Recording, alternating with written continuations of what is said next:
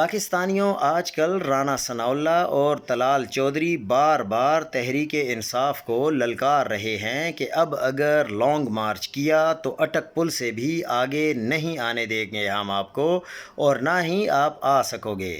اب یہ دونوں حضرات نواز شریف اور مریم نواز کے قریب سمجھے جاتے ہیں، جبکہ سہیل آفریدی یا پی ٹی آئی کے کسی اور رہنما کا اسلام آباد کی طرف لانگ مارچ کرنے کا بیان کسی کی نظر سے نہیں گزرا، اور نہ ہی پی ٹی آئی کے کسی رہنما نے ایسا کوئی بیان دیا ہے کہ ہم لانگ مارچ کرنا چاہتے ہیں۔ ایسا لگتا ہے نون لیگ والے نومبر میں احتجاج کے لیے پی ٹی آئی کو اکسا رہے ہیں۔ موجودہ حالات میں احتجاجی سیاست کی حکومتی پارٹی کی طرف سے